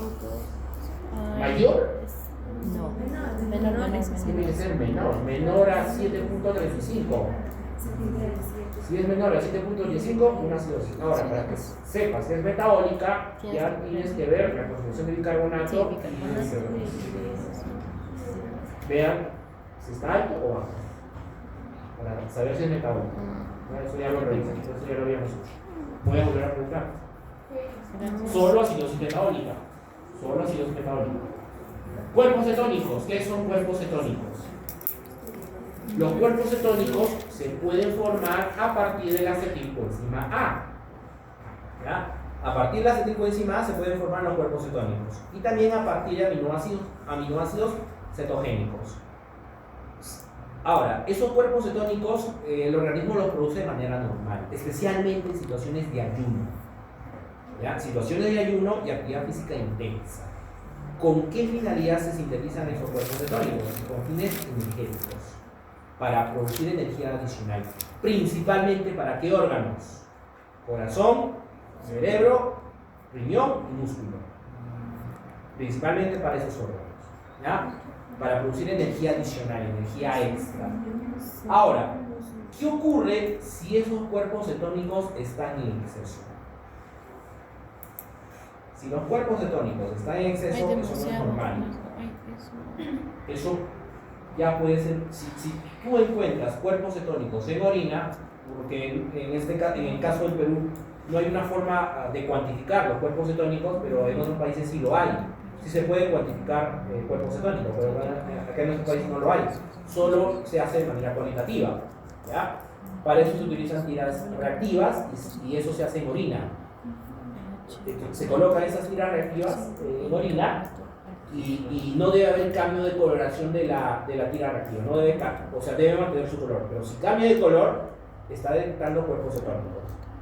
Y eso ya no es normal. O sea, que encuentres cuerpos cetónicos en orina no es normal. Significa que hay un exceso de cuerpos cetónicos y podría tratarse de una cetosis diabética. Probablemente su nivel de glucosa esté por encima de los 250 y tenga acidosis metabólica. ¿Cómo se llama la prueba para diagnosticar acidosis metabólica? Ácido. El examen que hay que realizar. Urea y creatinina, creo. No es eso. A ver, ¿cómo se llama el examen que hay que realizar para descartar una acidosis o alcalosis? ¿Qué? ¿El qué? ¿Qué está? GAP. Gasometría arterial. GAP sí. Gasometría. Gases arteriales. Gasometría. GAP es el GAP. Análisis de gases arteriales. ¿Ya? Ahora, ¿qué ocurre? Cambiemos la situación. ¿Qué ocurre si es una hiperglicemia grave. ¿Cuándo hablamos de una hiperglicemia grave? Hiperglicemia grave es si los niveles de glucosa están por encima de los 600 miligramos por decilitro. ¿Ya? Si está por encima de los 600 miligramos por decilitro, esa es una hiperglicemia grave. El paciente tiene deshidratación, va a tener deshidratación y hay hiperosmolaridad. ¿Ya? Hiperosmolaridad. La hiperosmolaridad también se puede cuantificar en el AGA. En el AGA también lo pueden cuantificar. ¿Ya? En este caso, ¿cómo estaría la hiperosmolaridad? La hiperosmolaridad en este caso, ahí ya está, tiene que estar por encima de los 320 miliosmoles por kilogramo de peso. Ya, por encima de los 320 miliosmoles por kilo de peso. Eso también se hace con un cálculo matemático, simplemente ahí tienen que ver la cantidad de iones positivos y iones negativos que tienen en el AGA, ahí lo tienes que observar en el AGA, y eso te va a dar una idea de cómo está su osmolaridad. Si eso te sale elevado, eso ya es un estado de hiperglicemia hiperosmolar. Eso ya es gravísimo. Eso ya podría generar un coma diabético y el paciente puede morir. Ahí el paciente puede morir. ¿Ya? O sea, lo de ahí es más grave, ¿no? Es mucho más grave, ¿ya? El EHH afecta principalmente a pacientes con diabetes tipo 2, principalmente a pacientes diabéticos tipo 2. Ahora, una complicación metabólica de la diabetes también es la hipoglicemia. La pregunta es, quien me conteste le pongo un punto de examen. Ya fue. ¿Por qué la hipoglicemia es una complicación de la diabetes? Si la diabetes es niveles altos de glucosa en sangre. Fuerte pregunta, ¿eh?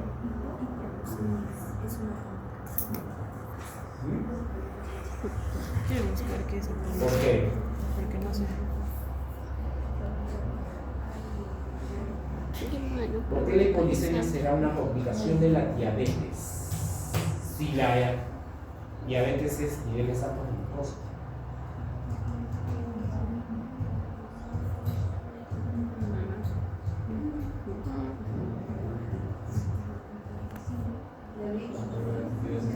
Dígalo, solo ¿Ah?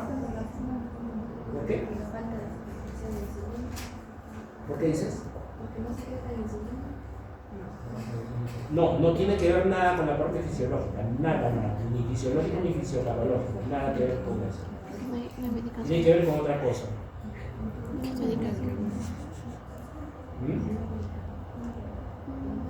Cuando la hipoglicemia se convierte en una complicación de la diabetes. Cuando el tratamiento farmacológico que estás dando está en exceso. O sea, el medicamento que tú estás administrando lo estás dando en exceso. Y ya les he mencionado cuáles son los medicamentos: hipoglicemiantes orales y la insulina subcutánea. Cuando das en exceso esos medicamentos, por lógica, su función es disminuir los niveles de glucosa en sangre. Si están en exceso, sus niveles van a bajar por encima de lo normal. Se va a causar hipoglicemia. ¿Eso cuándo va a ocurrir? El paciente diabético, sus niveles de glucosa son normales y le das insulina. Sus niveles de glucosa son normales, y le das insulina. ¿Qué va a ocurrir? Sus niveles de glucosa bajan y por lo tanto le das glicemia, te va a producir hipoglicemia. O sea, esa situación de hipoglicemia está relacionado con el tratamiento farmacológico que recibe el paciente en exceso.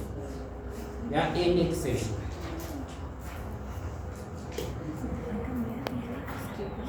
Ya, a ver, ¿cómo vamos a realizar esta práctica? Yo voy a dejar el glucómetro. Lo voy a dejar por la señora. Ya, entonces en el transcurso de esta semana ustedes van a realizar la prueba. Simplemente es con la ayuda de la señora, ¿ya? La señora los tiene que monitorear. Sangre capilar, hay que sacar sangre capilar, sangre del dedo, y luego esa gotita de sangre hay que colocarla en la tira reactiva. La tira reactiva, la que yo voy a traer, son tiras reactivas que están vencidas, pero me va a servir para la práctica. ¿Ya? La tira reactiva que se debe de utilizar debe ser una tira reactiva que está vigente. Esas tiras reactivas tienen la vigencia. ¿Ya? Entonces, ya les estoy diciendo que esas tiras reactivas no están vigentes, están vencidas, pero me va a servir para poder realizar la práctica. ¿Ya? Entonces, la determinación la van a realizar utilizando el glucómetro. Ese glucómetro te mide en milimoles por litro. Te va a medir en milimoles por litro. ¿Ya? Ese glucómetro que voy a traer. ¿Qué necesitan? Guantes. Guantes descartables. Necesitan lancetas. Van a traer lancetas. ¿Ya? Si pueden conseguir un lancetero sería mucho mejor. Si pueden conseguir un lancetero sería mucho mejor. ¿Ya? Si no, ya no importa. Hay lancetas retráctiles. Claro que son más caras, ¿no? Esas lancetas que están ahí, están acá en el color que son retráctiles. O sea, tienes que pinchar o colocar en el lancetero. Pero hay otras que ya son retráctiles. Simplemente tienen un botoncito, tú lo colocas en el dedo, pinchas el botón y actúa como un lancetero. Eso lo venden en farmacias. Frente por acá por el hospital, por ahí seguro, por una de estas farmacias, hay esas lancetas especiales. Pueden conseguir estas lancetas especiales y ya no consigue el lancetero. Debe estar seguramente un sol, así más o menos, cada una de esas lancetas. Más o menos, ¿no? Un sol o 2 soles, no, exactamente no sé. ¿Ya? Pero sí las venden. ¿Ya? ¿Qué más necesitamos? Gasa. ¿Ya? Una pequeña gasa. Alcohol de 70. ¿Ya? Alcohol de 70. Y bueno, el glucómetro y las tiras reactivas, que yo voy a traer eso, ¿no? El glucómetro y las tiras reactivas. ¿Ya?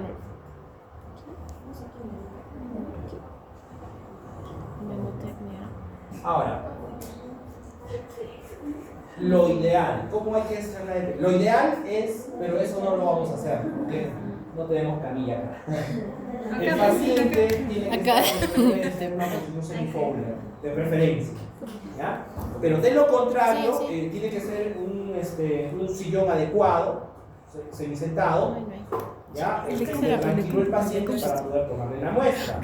Lo ideal es que esté en esa función semifowler. ¿Qué significa función semifowler? Es así, semi-fowler. No. Fowler. ¿Qué te ¿No varía? les han explicado? No. Creo que Fowler es una de las posiciones en la que debe estar el paciente. El paciente tiene que tener un ángulo, si no me recuerdo, de 15 grados. Una posición semisentada. Hay un ángulo ahí en el cual debe estar el paciente.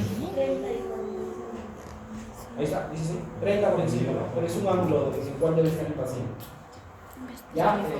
De preferencia una camilla, pero de lo contrario, un sillón cómodo, que esté el paciente lo más cómodo posible. ¿Ya? Ahora, el glucómetro tiene que estar en una posición estable. ¿Ya? El glucómetro no se debe mover. En la mesa estable, sin moverlo. Primero el glucómetro se enciende. ¿Ya? Voy a traer el glucómetro en la tarde para que vean cómo es ese glucómetro. Sí. Creo que sí, voy a ver si lo consigo, creo que lo voy a poder conseguir. Tiene que estar en una posición estable, sin moverlo. Luego enciendes el glucómetro, ya vas a encender el glucómetro, hay un botoncito de encendido en la parte superior, en la parte inferior, perdón.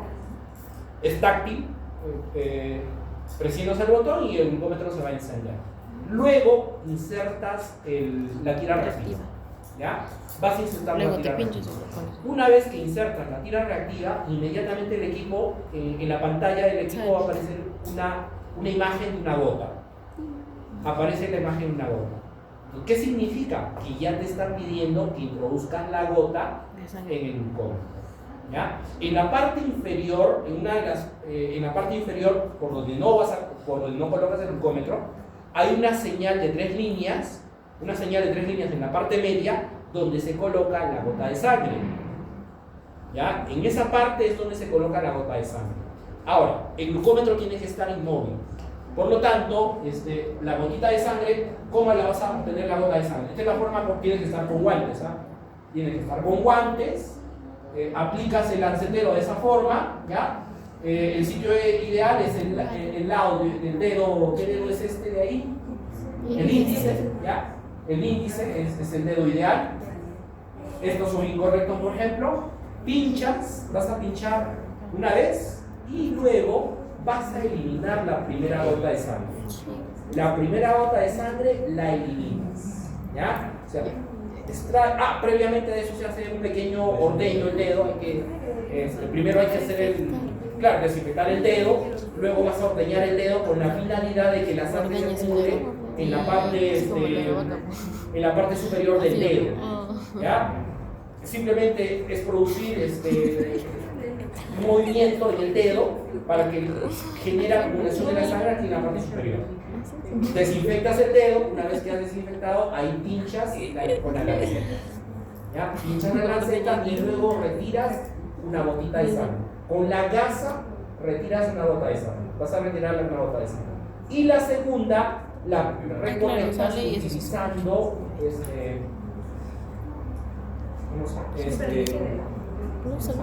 claro, son pequeñas pipetas de plástico especiales, o en todo caso pueden utilizar las pipetas automáticas que hay aquí en el laboratorio, pero esas pipetas automáticas son un poquito más difíciles, tienen que practicar previamente. Con esas pipetas que hay en el laboratorio hay que practicar previamente, ¿ya? La señora les puede ayudar. Hay que saber cómo presionar los botones para que absorbas la gotita de sangre, y una vez que absorbes la gotita de sangre, esa gotita de sangre la introduces en el, ¿cómo se llama? En la tira reactiva. Lo otro es conseguir, hay unas pipetas pequeñas de plástico que en algunas farmacias las ven, algunas, no todas. Conseguir esas gotitas, creo que por ahí tengo uno o dos de esos. Voy a ver si traigo para la tarde, ¿ya? Para que vean cómo son esos pipetas de plástico bien pequeñitas. Con esas pipetas se hace la recolección de la gota de sangre.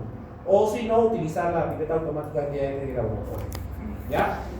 Entonces, de esa forma, recolectas la gota de sangre, colocas la gotita en la tira reactiva y ya empieza a leer el equipo.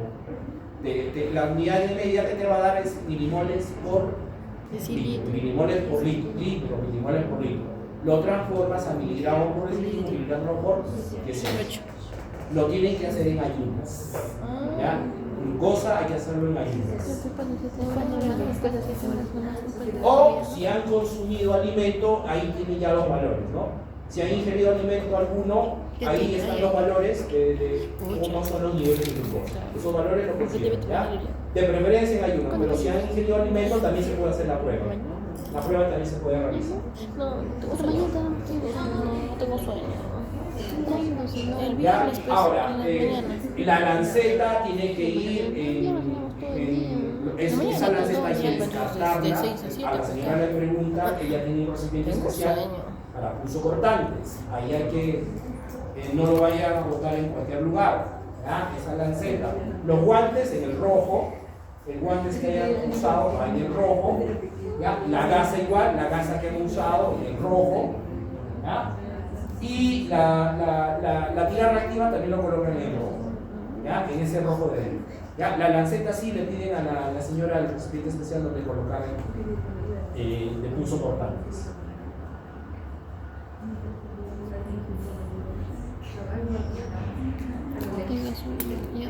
Ya. Oye, el La otra hematocrito. prueba es determinación de hematocrito, ¿ya? ¿Qué es el hematocrito? La cantidad el volumen de sangre, creo que hay, la cantidad de glóbulos. ¿La cantidad de qué? Glóbulos. Es el volumen eritrocitario de glóbulos ha sedimentado. Todo el volumen eritrocitario que se ha sedimentado, ¿no? Ya. Ahora, ¿qué es la hemoglobina? ¿Qué viene a ser la hemoglobina? ¿Y cómo se sintetiza la hemoglobina? ¿Ah? ¿Qué es? ¿Qué es la hemoglobina? Es una proteína que tiene un grupo M.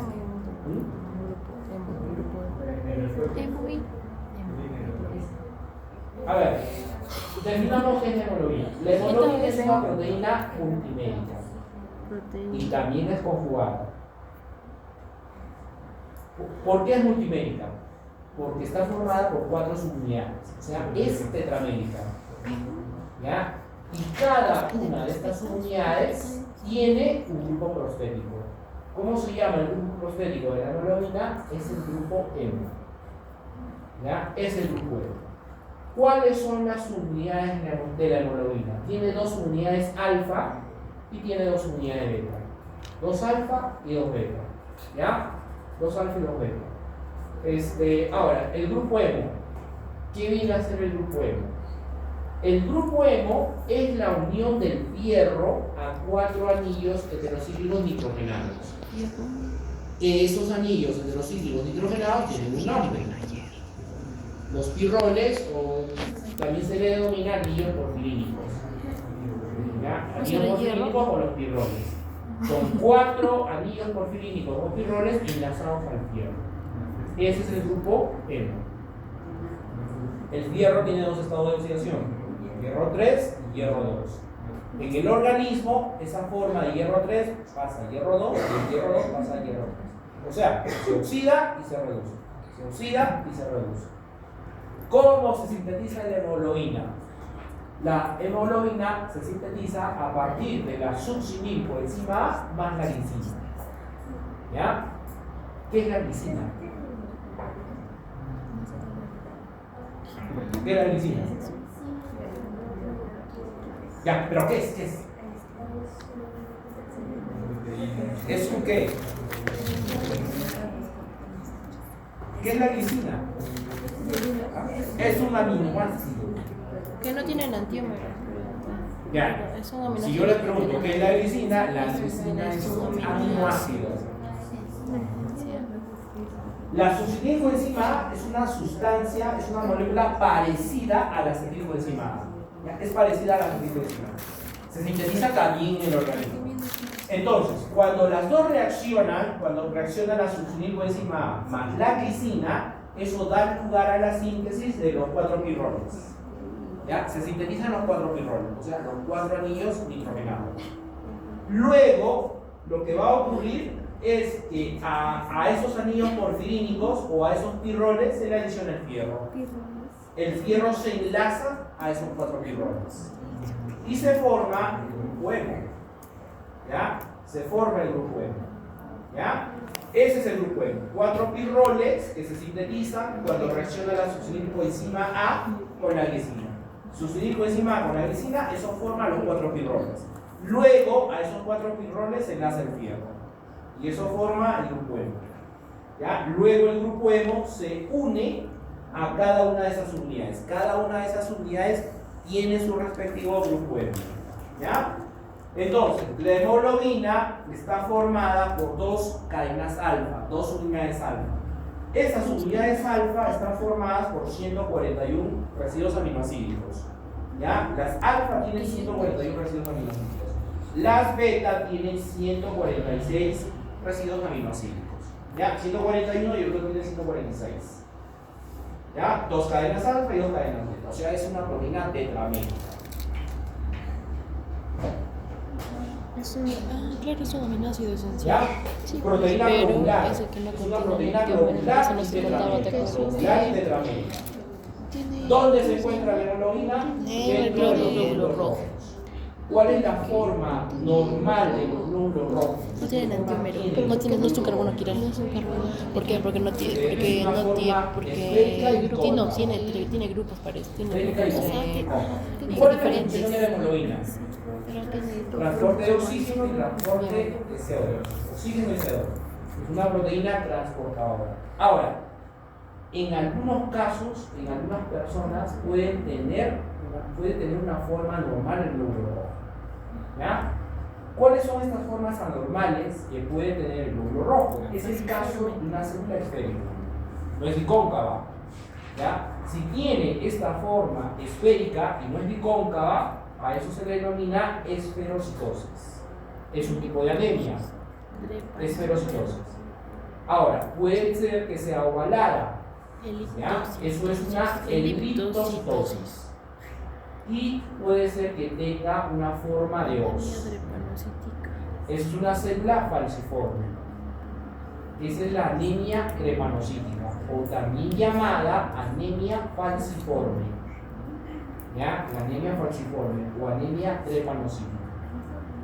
Ahora, hemos dicho que el hierro tiene dos estados de oxidación: el hierro 2 y el hierro 3. ¿Ya?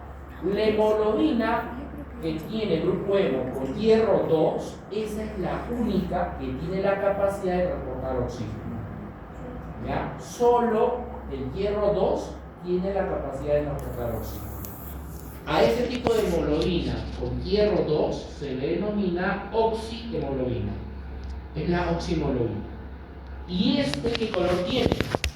¿Rojo o un escarlata intenso? Rojo o escarlata intenso. ¿Ya? Ahora, en la forma de hierro 3, ¿ya? Hemoglobina con grupo hemo que tenga el hierro bajo la forma de hierro 3. Esa es la hemoglobina reducida. Es la hemoglobina reducida. Esa no transporta oxígeno. ¿Ya? Esa no va a transportar oxígeno. ¿Qué color tiene? ¿Tiene un color rojo oscuro o un color bordeaux? ¿Ya? Ese es el color de la sangre en este caso. Rojo oscuro o color bordeaux. ¿Ya? Ahora, los niveles normales de hemoglobina, creo que está más atrás. Hemoglobina y hematocrito.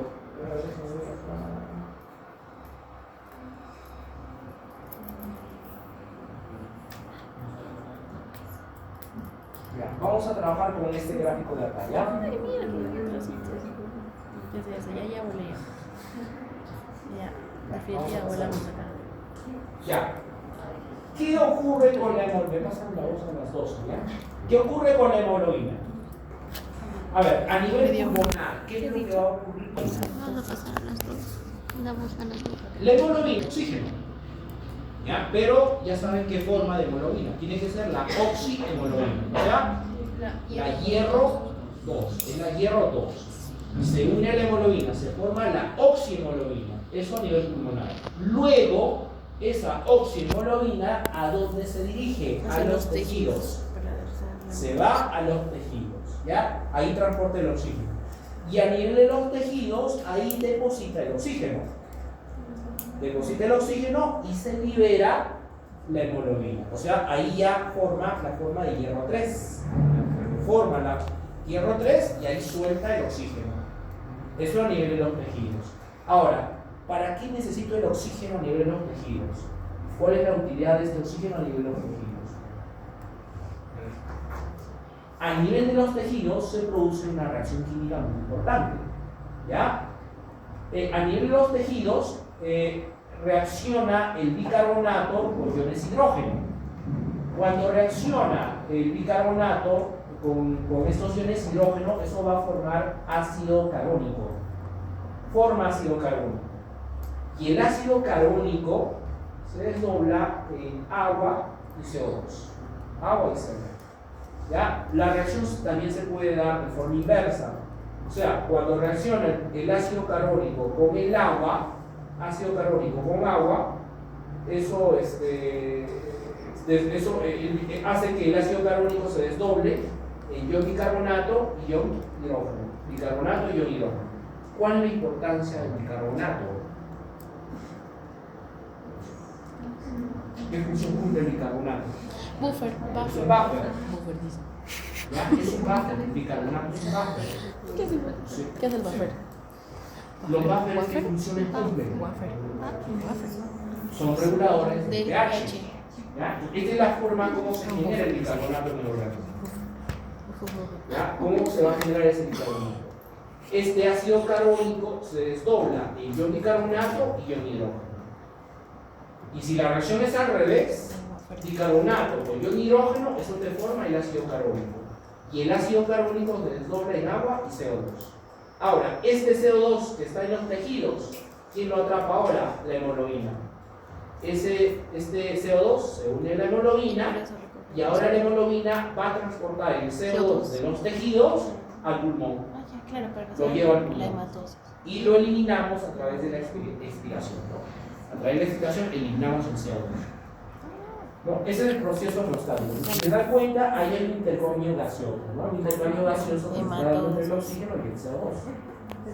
Y la molécula que lo está transportando es la hemoglobina. ¿Ya? Ahora, aquí hay una enzima muy importante a nivel de los tejidos. ¿Cómo se llama la enzima que cataliza toda esta reacción, ¿no? Conversión de bicarbonato, desdoblamiento del ácido carbónico en bicarbonato de hidrógeno. Esa enzima se denomina anhidrasa carbónica.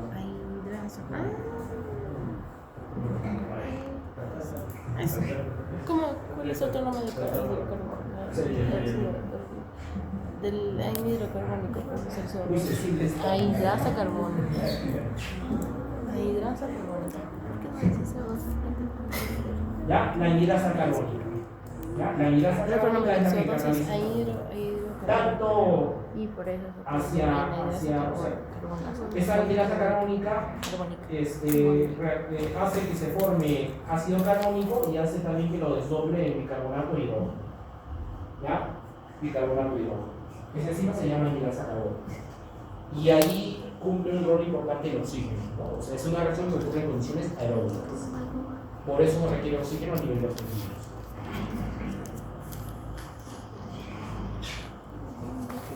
¿Cuántos tipos de hemoglobina existen?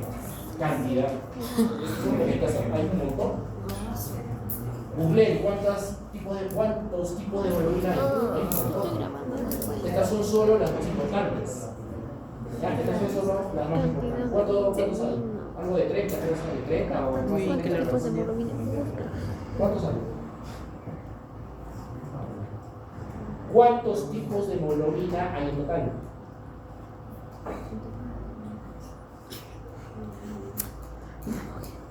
Yo. ¿Cuántos hay? Más de millones. Mentira.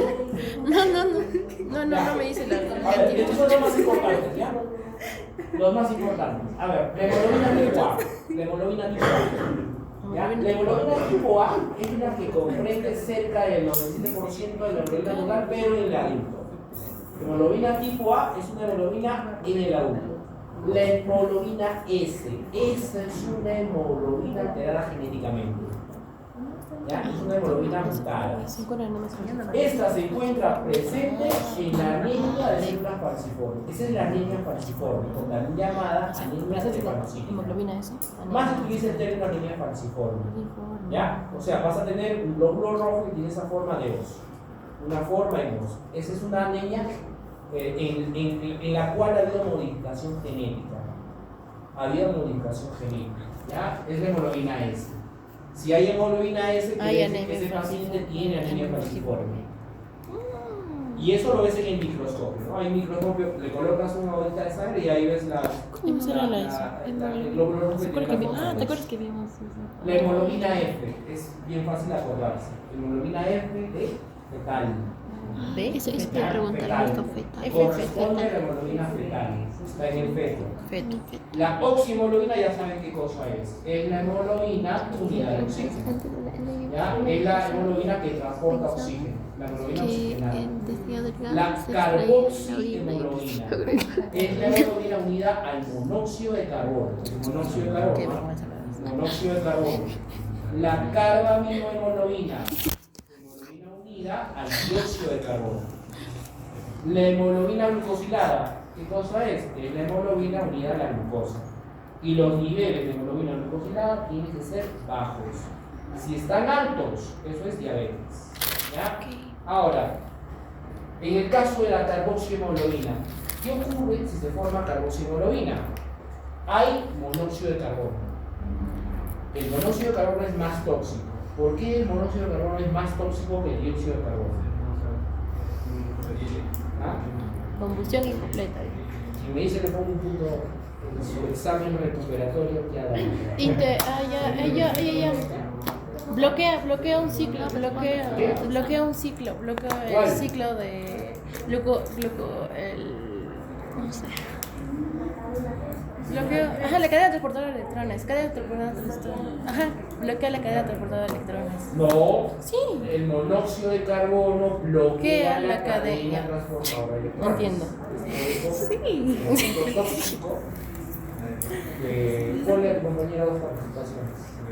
Por eso bloquea Por eso es tóxico el monóxido de carbono, porque el monóxido de carbono te bloquea la Cadena cadena. transportadora de electrones. ¿Y cuál es la consecuencia del bloqueo de la cadena? No se produce. ¿Ah? No se produce la ATP, no hay producción No de hay ATP, y tampoco. ni tampoco hay glicólisis anaeróbica. Hay lactato, exceso de lactato, y eso es una acidosis láctica. ¿Ya? ¿Qué es una anemia? La anemia es una enfermedad que se presenta cuando hay hemoglobina baja en sangre. Y no solo hemoglobina, también glóbulos rojos. ¿Ya? Porque la hemoglobina está dentro de los glóbulos rojos. Y eso también lo puedes ver por el color de la piel. Por el color de la piel también lo puedes visualizar, ¿no? Ahí como ves en el esquema, ¿no? Eso es una persona normal, pero en el caso de una persona con anemia, su piel es bien clara, bien pálida en piel. ¿Ya? Y eso también es un indicativo Tiene de hepatitis, una probable diabetes anemia. amarilla. Normal entonces. Ahora, la anemia, ¿a qué población afecta principalmente? El hígado. ¿Qué A tiene? niños Inflamación menores del de hígado. 5 años. Entre 5 a 7 años. ¿Ya? Entre 5 a 7 años. Niños menores de 5 a 7 años. ¿Qué es lo que va a producir la anemia en esta población infantil? Talla baja. Retraso del crecimiento. Talla baja, retraso del crecimiento, trastorno del aprendizaje y problemas. Yo soy esa. Bueno, de insomnio. No sé si tuvo anemia, ¿no? Habría que revisar, pero más que insomnio, en el niño le puse sueño, cansancio. Porque insomnio es falta de sueño. ¿Ya? Bueno, eso yo lo he sacado en una diapositiva, pero habría que ver si realmente produce insomnio, ¿no? Porque el síntoma más frecuente de una anemia es que la persona está cansada, y eso se ve en el niño, ¿no? Bueno, talla baja, sí, retardo del crecimiento y trastorno del aprendizaje, ¿no? Debido al cansancio que se produce en el niño.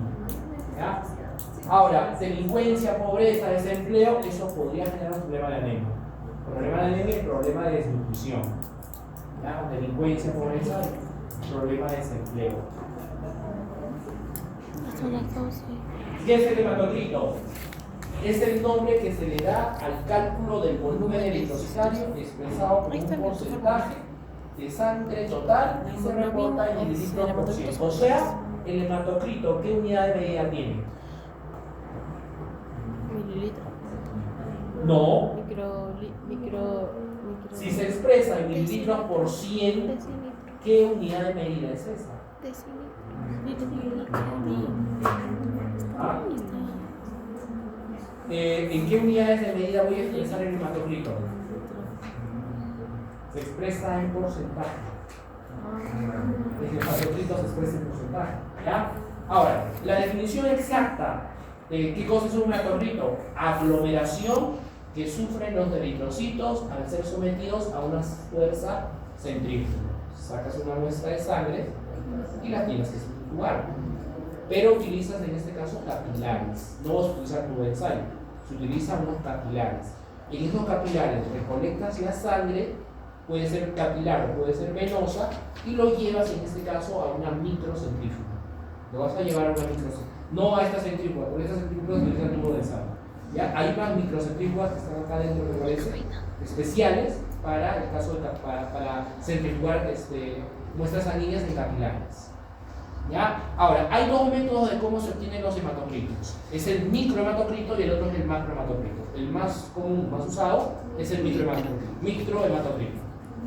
El microhematocrito utiliza tubos capilares. ¿Han visto los capilares? ¿Tubos capilares? ¿Nunca han visto tubos capilares? Hemos utilizado el micro, he dicho micro, no hemos utilizado el micro, Y el otro, hematocrito, tubos tubos especiales. capilares. Esos son tubos más grandes, esos se denominan tubos de Wintrow. En esos tubos de Wintrow se coloca la sangre venosa y de esa forma se realiza la determinación de hematocrito. No es muy común. ¿Ya? Este es el comeparina. Este es comeparina, tiene el anticoagulante, es el rojo, ¿ya? Y este es sin heparina. Este es sin heparina. Sin heparina y este es comeparina. Estos son los capilares. O sea, aquí tienes que recolectar la sangre. Y tienes que procurar que no ingrese aire. ¿ya? No debe ingresar aire. O sea, de preferencia se hace sangre venosa, se saca sangre venosa en un tubo de ensayo, y luego, una vez que se recolecta la sangre venosa, por capilaridad, la sangre va a subir al capilar. Y tienes que procurar que no ingrese aire, porque si ingresa aire, la prueba va a salir errada. ¿Ya? Entonces, si utilizas estos capilares, ¿cómo se llama la técnica? Microhematocrito. ¿Ya? Se denomina microhematocrito. Es la más fácil y la más común. Me estaba olvidando de algo. Hay una relación entre hemoglobina y hematocrito. Es esta fórmula. ¿Ya? La hemoglobina es igual a la concentración de hematocrito dividido entre 3. Hematocrito dividido entre 3. Y el hematocrito es Ahora, hematocrito que es igual, hematocrito es igual a hemoglobina multiplicado por 3. Esa fórmula solo sirve para pacientes que no tengan problemas anémicos. ¿Ya? ¿Problemas qué? No tengan problemas anémicos. O sea, hemoglobina baja. En un paciente que tiene hemoglobina baja, esta fórmula no sirve. ¿Ya? Solo esta fórmula la utilizas en pacientes que no tengan problemas anémicos. Que no tengan problemas anémicos.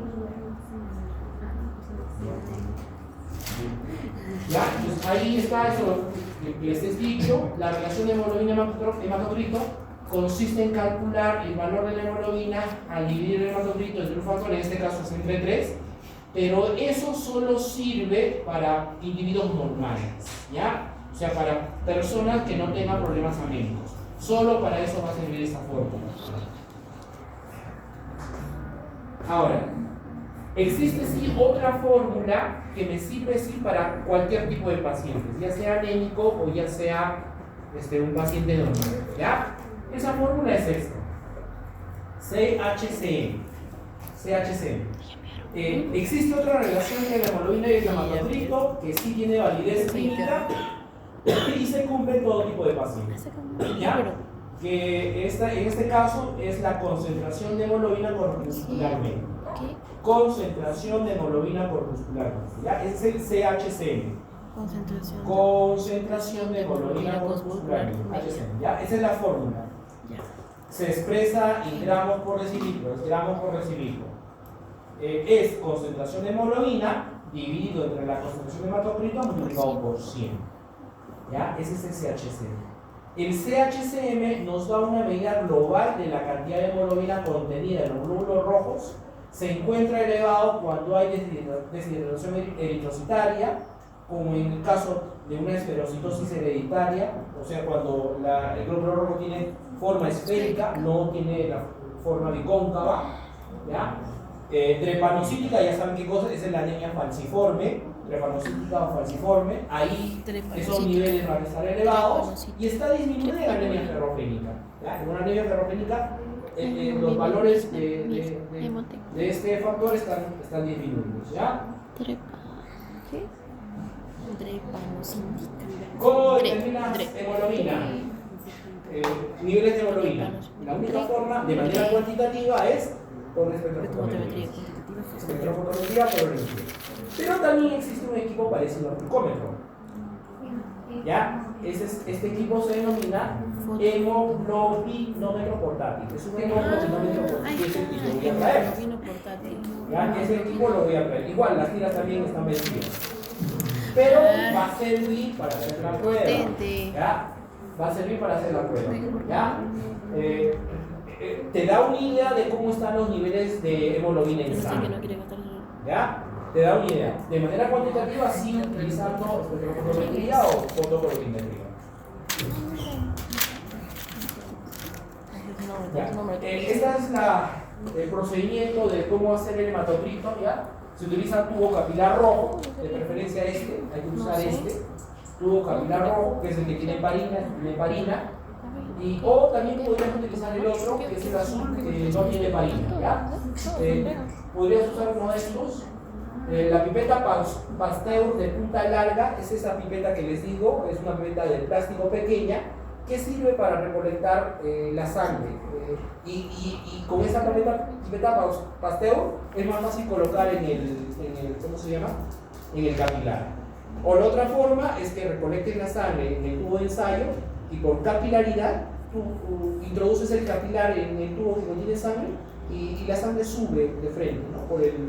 A través del capilar, ¿ya? Pero eso lo tienes que hacer sin introducir aire al capilar. Plastilina, tienes que tener tu plastilina, material biológico ideal, sangre venosa, anticoagulante o sangre capilar.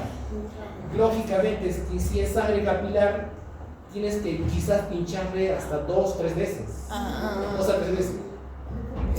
Porque hay algunas personas en las cuales le colocas una pinchadita, tienes que eliminar sí la primera gota y la segunda gota ya no sale. Hay algunas personas que ocurre eso.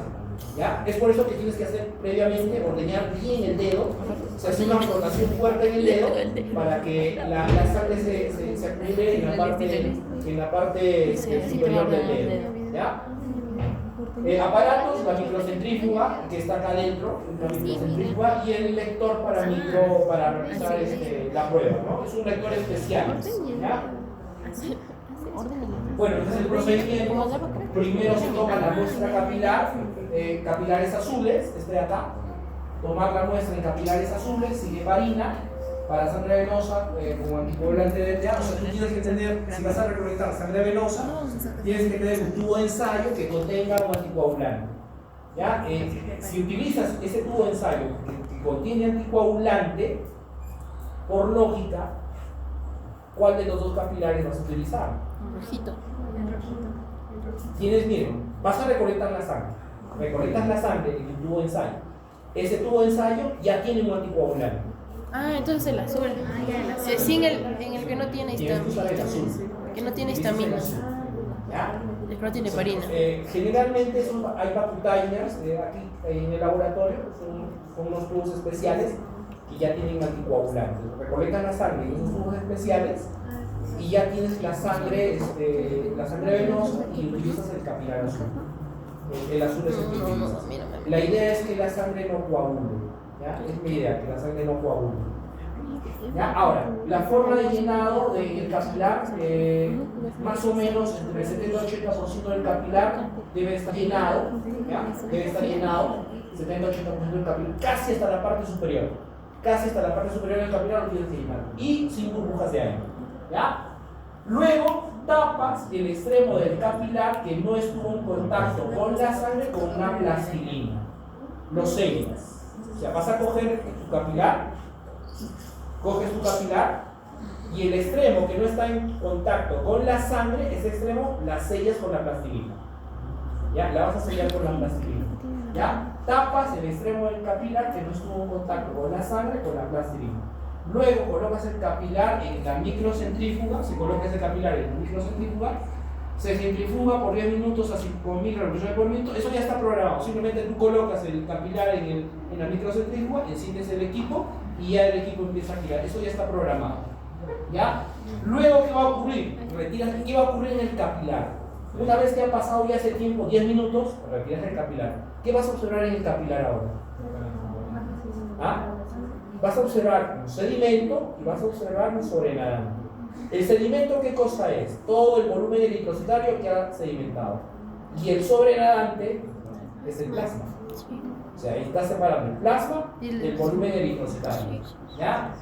Luego vas a leer el resultado utilizando puedes usar una regla de 3 simple o hay un lector especial que hay aquí en el laboratorio. ¿Ya? Ese lector especial lo utilizas para poder hacer la lectura de cuánto de hematocrito tiene. Si no tienes esa regleta especial, haces una regla de 3 simple. ¿Cómo harías tu regla de 3 simple? Para determinar hematocrito. ¿Ya? ¿Me avisa ya?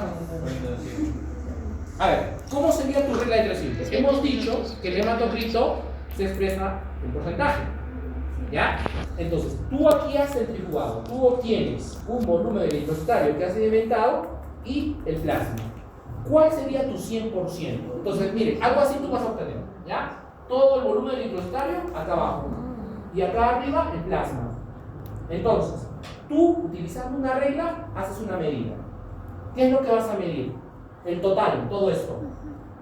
Con tu reglita lo mides, ¿ya? Eso expresado en centímetros. Y luego vas a medir tu volumen eritrocitario. ¿Cuánto tiene tu volumen eritrocitario? ¿Cómo sería tu regla de crecimiento? El total es el 100%. No, ¿cuál menos? ¿Cómo se hace una regla de crecimiento? El total, o sea, el plasma con el volumen eritrocitario es su total. Aquí está representado con X. Eso es X. ¿Ya? Con la regla. Eso lo mides con la regla. Eso sería el X. Eso te representa el 100%. Esa medida te representa el 100%. Y para el caso del volumen eritrocitario, ¿cuánto sería el porcentaje? Y ese resultado sería el porcentaje de hematocrito. ¿Ya? Aquí hay un ejemplo. Supongamos que Y es 2.4 y X es 5.8. 5.8 es el total. Y Y es 2.4, el volumen eritrocitario. Entonces, 5.8 es el 100%. Y para 2.4, ¿cuánto representa el porcentaje? Ya sería entonces 100 por 2.4 dividido entre 5.8. Y ahí te sale el cálculo de la cantidad de hematocrito que debe de tener.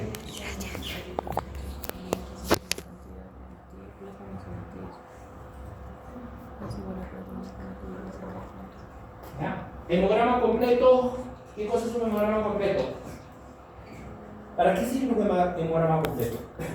Detecta una amplia variedad de enfermedades, incluida anemia, detecta también infecciones y detecta esta enfermedad que es una leucemia. ¿Ya?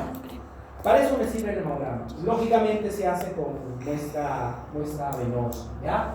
El hemograma te mide lo siguiente: la cantidad de glóbulos rojos, que hay, la cantidad de glóbulos blancos y la cantidad de total de hemoglobina en sangre.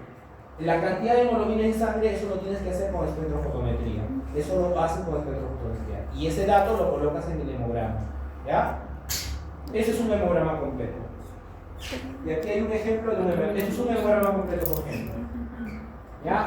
Sangre venosa, recolectas la sangre venosa con esos bacterias que tienen anticoagulantes, los recolectas y utilizas un microscopio.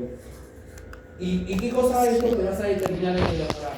Una serie, todo lo que es glóbulo rojo, ¿no? Eso se llama eritograma. Ahí tú ves cuántos eritrocitos hay. O sea, la cantidad de glóbulos rojos que tiene el paciente, ¿no? ¿Cuánto de hemoglobina? Eso ya saben, con espectrofotometría eso se cuantifica. La concentración de hemoglobina tiene que estar expresada en qué unidades dijimos. Decilitros. Hemoglobina es gramos por decilitro. ¿Ya? Hemoglobina es gramos por decilitro. Hematocrito ya saben que es el porcentaje. ¿Ya? Hematocrito es el porcentaje. Y en el hemograma también tienen que estar esos datos. El BCM, ahorita vamos a ver qué cosa es eso, es una fórmula matemática, BCM, HCM y el CHCM, que ya lo hemos visto cosas. ¿Ya? ¿Y qué cosa más?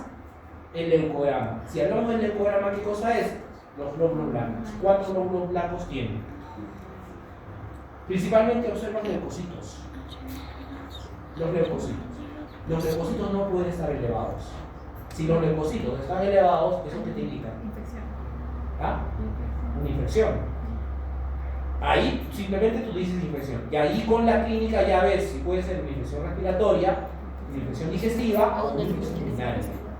¿Ya? Entonces simplemente ahí te dices, hay una infección. No pueden estar elevados. Si están elevados, es una infección. ¿Ya?